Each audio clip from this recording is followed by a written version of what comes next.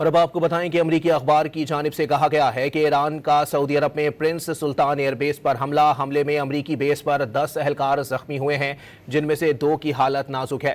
अमरीकी फ़िज़ाई अड्डे में वाक़े एक इमारत को निशाना बनाया गया है। अमरीकी अखबार वॉल स्ट्रीट जर्नल के मुताबिक ईरान ने सऊदी अरब में प्रिंस सुल्तान एयरबेस पर हमला किया है। हमले में अमरीकी बेस पर 10 एहलकार जख्मी हुए हैं, 2 की हालत नाजुक बताई जाती है। अमरीकी फ़िज़ाई अड्डे में वाक़े एक इमारत को निशाना बनाया गया। ईरानी मीडिया ने प्रिंस सुल्तान एयरबेस पर हमले की सैटेलाइट तस्वीर जारी कर दी। अमरीकी F-16 तैयारे की सऊदी अरब में हंगामी लैंडिंग की भी इत्तला है। और अब आपको बताएं कि अमरीकी अखबार की जानिब से कहा गया है कि ईरान का सऊदी अरब में प्रिंस सुल्तान एयरबेस पर हमले में अमरीकी बेस पर 10 एहलकार जख्मी हुए हैं, जिनमें से 2 की हालत नाजुक है।